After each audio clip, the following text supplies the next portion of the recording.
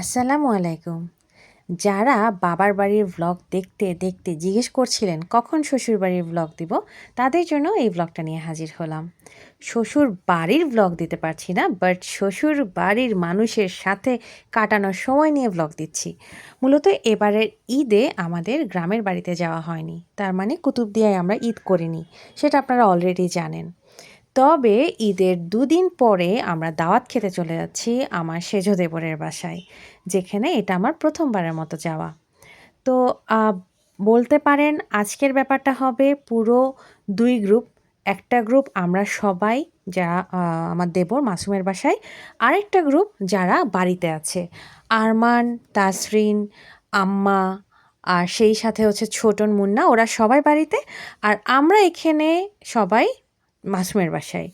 মূলত শারমিন আর ইফতু আগেই চলে এসছে একদিন আগে, তো আমরা যাচ্ছি একদিন পরে। তো যাই হোক, এর আগের দিনই আমরা বাড়ি থেকে আসতে আসতেই আমাদের রাত হয়ে গেছিল। তো পরদিন সকালে আমরা রওনা দিয়ে দিয়েছি সিএনজিতে, নতুন ব্রিজ মানে কর্ণফুলী ব্রিজ, ওখান থেকে আবার বাসে চলে এসেছি। আমাদের সাথে উমাইজা বুড়িও চলে এসছে। তো আলহামদুলিল্লাহ বেশ ভালো ট্যুর ছিল। আচ্ছা বলে রাখি, মাসুমের বাসা কিন্তু পটিয়াতে। আমাদের বুতুনি বুড়ি, আমার সুন্দরী ফাইজা বুড়ি, আমাদের টেডি বিয়ার। তো আসার পর থেকেই তো সবার মধ্যে গল্প শুরু হয়ে গেছে। মাসুম হচ্ছে ওয়াসনা ইউসরার সাথে একটু গল্প করছিল, মাসুম এত সুন্দর মেহেদি লাগিয়েছে, এটা নিয়ে আমরা একটু হাসাহাসি করলাম যে সে কেন ব্রাইডাল মেহেদি লাগালো। আচ্ছা, আমাদের বুতুনি আর সেই সাথে ইল্লু বুড়ি দুইজনই আছে, এবং ইল্লু বুড়ির সাথে দেখা হওয়ার পর সে তো একটু সারপ্রাইজড কিছুটা, বাট সে জানতো হয়তো আমরা যাব। আর সবচেয়ে মজার ব্যাপার হচ্ছে ওই দিন তার বার্থডে ছিল। এটা মূলত 24শে মার্চের ভিডিও। তো আমার যা রান্নাবান্না অলরেডি প্রায় শেষ করে ফেলেছে, এবং আমি যখন গেছি তখন সে পোলাও করছিল। আচ্ছা, আফনান মাশাল্লাহ খুবই সুন্দর ক্রাফটের কাজ করে।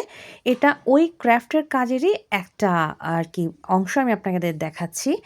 আর আমাদের ইলহাম বুড়ির জন্য বার্থডে গিফট হিসেবে এনেছিলাম হচ্ছে ওর এই হাতে যে ব্যাগটা আছে, এটা যেটা ওর আপুদের মতো, এবং সে এটা পেয়ে খুবই খুশি হয়েছে। এবং যাই হোক, খুব ভালো লাগছিল। সে আর ব্যাগটা মোটামুটি কাঁধ থেকে আর নামায়নি। এরপর আর কি, এরপর শুরু হলো গল্প। আবদুল্লাহ তো কোনোভাবে কাছে আসবে না, অল্প স্বল্প যা একটু আসলো মোটামুটি আমরা ওই ফাঁকে একটু ছবি টবি তুলে নিলাম। আর আমাদের পুচকি যখন ঘুমিয়েছে সবাই মিলে ওকে ডিস্টার্ব করছিল। যে যার মতো ব্যস্ত, ইলহাম ইলহামের মতো ব্যাগ নিয়ে, আবদুল্লাহ আবদুল্লার মতো গাড়ি নিয়ে, আর আমি চারপাশটা ঘুরে দেখছিলাম। লোকেশনটা খুবই সুন্দর, স্পেশালি ওদের বাসা থেকে সামনের ভিউটা অসাধারণ। সবুজ যে কোনো কিছুই আসলে সুন্দর। ঢাকায় আমরা যে বাসায় থাকি, ব্যালকনিতে গেলে খালি বিল্ডিং আর বিল্ডিং, ভালোই লাগে না। তখন আমি কুমিল্লাকে মিস করি, তখন আমি বাঘাইছড়িকে মিস করি। আর চিটাং আসলে যে একটা সুবিধা, চিটাংয়ে আমি হাঁটতে চলতে সবসময় দেখা যায় সবুজ আর সবুজ। আচ্ছা, ননদদের সাথে একটু ছবি নিলাম। এটা আমাদের পরিবারের একাংশ, ননদ এবং আফনান, আপনাদের ভাইয়া সহ একটু ছবি নিয়ে নিলাম।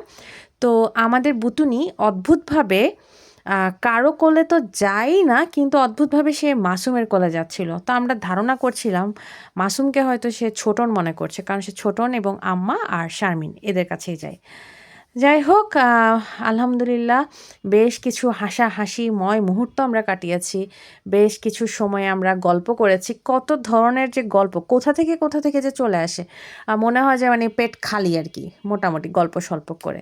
তো আমরা আসলে বাড়ির সবাইকেও মিস করছিলাম, আম্মাও ভিডিও কল দিচ্ছিল, সবার সাথে আবার কথা হলো। তো এরপর হচ্ছে বাচ্চারা বাচ্চাদের মতো ইয়োনো খেলতে ব্যস্ত হয়ে গেল, আর আমি বসে বসে সবার সাথে একটু গল্প করছিলাম। এই ফাঁকে হচ্ছে আবার একটু হাঁটাহাঁটি করে দেখছিলাম। আর মনি মানে হচ্ছে মাসুমের ওয়াইফ, সে ব্যস্ত রান্নাবান্না নিয়ে। তো তাকে যতই বলি যে এত কিছু রাইন্ধ না, কিন্তু তার আর কি এসবে কর্ণপাত নাই, সে তার মতো রান্না নিয়ে ব্যস্ত। এই যে দেখেন, মাসুমের কোলে আমাদের ফাইজা বুড়ি, মাশাল্লাহ। মজার একটা ব্যাপার বলি, 24 তারিখে কিন্তু আমাদের চলে যাওয়ার কথা ছিল ঢাকায়। আমাদের টিকিটটাও ওভাবে করা ছিল, কিন্তু আমরা টিকিটটা ক্যান্সেল করে 28 তারিখের করি। তো যেহেতু আমাদের সময়টা বেড়ে যায়, এই সুযোগে আমরা মাসুমের বাসায় ঘুরতে চলে যাই। তো সে আসলে ঈদের দিন থেকেই ফোন দিচ্ছিল, মনি ফোন দিচ্ছিল, মাসুম ফোন দিচ্ছিল।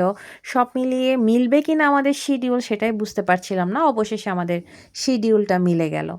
তো পুরো ঘর জুড়েই আফরানের ক্রাফটের কাজের নমুনা, যেদিকেই তাকাচ্ছি সেদিকেই।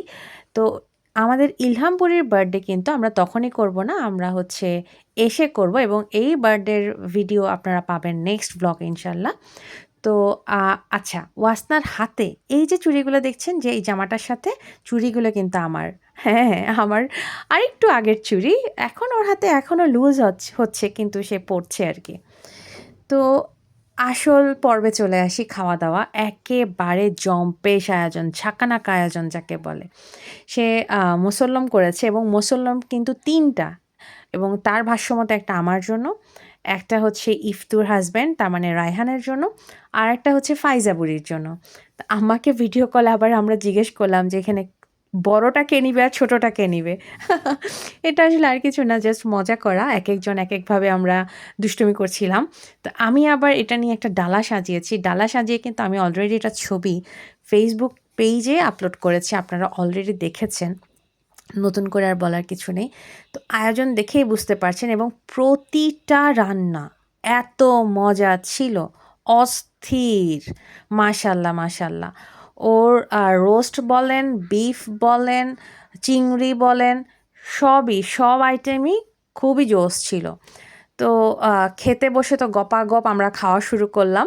তো রায়হানকে দিয়ে আমরা শুরু করেছিলাম যে না, রায়হানের পাতে হচ্ছে পুরা মুসল্লম তুলে দেয়া হবে, এটাতে সবাই একটু মজা পাচ্ছিলাম, রায়হান একটু লজ্জা পাচ্ছিল। যাই হোক, এই যে আমি ডালা সাজিয়েছি বললাম, এই হলো সেই ডালা যেটার ছবি আপনারা দেখেছেন। তো আলহামদুলিল্লাহ জম্পেশ একটা আয়োজন ছিল, এবং জম্পেশ খাওয়া দাওয়া করেছি। মনির অনেক কষ্ট হয়েছে, মাসুম তার হেল্পিং হ্যান্ড হিসেবে ছিল, এই জন্য মাসুমকেও থ্যাঙ্কস। তো আলহামদুলিল্লাহ বেশ ভালো সময় কাটাচ্ছি। দেবরের বাসার আরও কিছু ভিডিও আসবে অতি শীঘ্রই, আমি আসলে সময় পাচ্ছি না সব কিছু একসাথে দেওয়ার। তো ইনশাল্লাহ সামনের ব্লগগুলোতে দেখতে পাবেন আরও ডিটেলস। এখন আমাদের টুনটুনি বুড়িকে দেখেন, আমাদের ফাইজা বুড়িকে দোয়া করবেন সবাই আমাদের জন্য। ইনশাল্লাহ নেক্সট ব্লগে দেখা হচ্ছে।